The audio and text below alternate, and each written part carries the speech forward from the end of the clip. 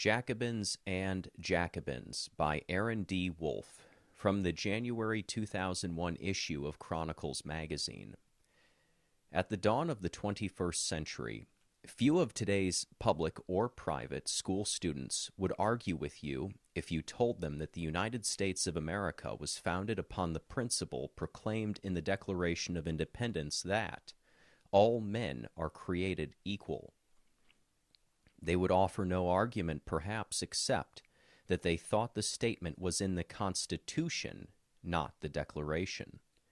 If Alan Keyes, considered by many conservatives to be their paragon, were teaching your son's history class, he would encourage this particular confusion precisely because the platform of his Declaration Foundation states that the Constitution is properly interpreted through the lens of the Declaration. For the average American conservative or liberal, that makes sense. However, for the tiny remnant still familiar with the debates surrounding our republic's founding, that makes as much sense as saying that the Torah can only properly be seen through the lens of Elijah's rants before the prophets of Baal. How exactly do we read the Constitution objectively in light of our greatest propaganda document, the Declaration of Independence, without reading in our own interests? There are those who believe that the federal government should exert absolute control over every abortion because our nation was founded upon the principle of the right to life. There are also those who believe that the federal government should exert absolute control over abortion, guaranteeing its safety, legality, and frequency, because our nation was founded upon a right to the pursuit of happiness. Christian conservatives remind everyone that the Founding Fathers claimed it was none other than God who endowed us with those rights. Liberals then counter with the odd notion of separation of church and state, allegedly held by those same Founding Fathers. When we observe this and other facets of our quadrennial national conversation, we are witnessing the triumph of Jacobinism in America. The threefold principle of the French Revolution, liberty, equality, and fraternity, has been beaten into the consciousness of Americans for so long that it has polluted the entire pond of American politics and culture. Neither the liberal Democrats nor the compassionate conservatives have escaped the poison. Unlike the French and communist revolutions, American Jacobinism has yet to degenerate into its own large-scale reign of terror, although the Branch Davidians may disagree. On the contrary, we never seem to hear the end of our success story, the booming economy, continually falling crime and illegitimacy rates, our children's improving test scores.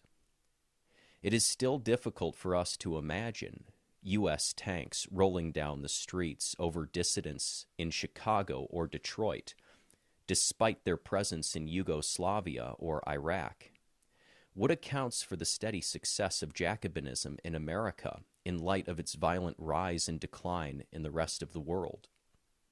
The frog in the kettle analogy may be the answer.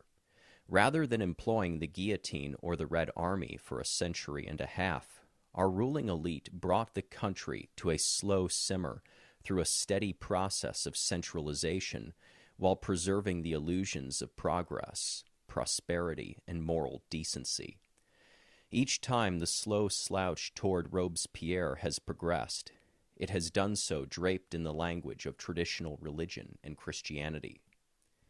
Lincoln excused the slaughter of a generation of Southern men by appealing to the myth that our one nation under God was originally dedicated to the proposition that all men are created equal.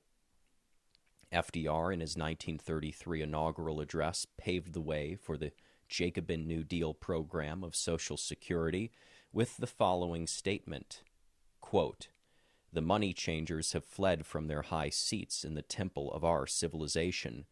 We may now restore that temple to the ancient truths. the measure of the restoration lies in the extent to which we apply social values more noble than mere monetary profit." End quote. In the 2000 presidential election, one candidate appealed to John 16:3, while the other claimed Jesus was his favorite philosopher. In the cases of Lincoln and Roosevelt, there were valiant opposition movements. Now that the two ruling parties have merged in the center, the paleoconservatives have emerged as the lone voice of resistance against bipartisan Jacobinism. None within this movement is naive enough to assume that his dissension will bring about a second American Revolution that can reclaim the tradition of English common law and American constitutionalism, let alone Western Christendom, that was once the birthright of the people. But each convert is one more who will die proudly in the Colosseum rather than sit in the stands and cheer. Paleoconservatism is the last remaining barrier in America that successfully blocks a few unsuspecting visitors on the path to the terror. It does so by insisting with reactionary confidence that students of the past can see meaning for the present and hope for the future, not through the lens of an enlightened philosophe or his book of virtues, but through the illumination of Scripture and tradition as embodied in the greatest works of our now languishing civilization. The more that we celebrate theologians, painters, and poets, the more such Jacobin abstractions as liberty, equality, and fraternity, bridge to the 21st century, and 1,000 points of light seem vacuous. Only those who are outside the paleoconservative arc will allow themselves to be enslaved by false confidence in the insipid sentiments of politicians and parties who flatter themselves with adjectives such as compassionate. The truth indeed does set one free. This article was published in the January 2001 issue of Chronicles magazine. It was made available to us with the permission of the Charlemagne Institute, which retains all copyrights. Thank you, Charlemagne Institute.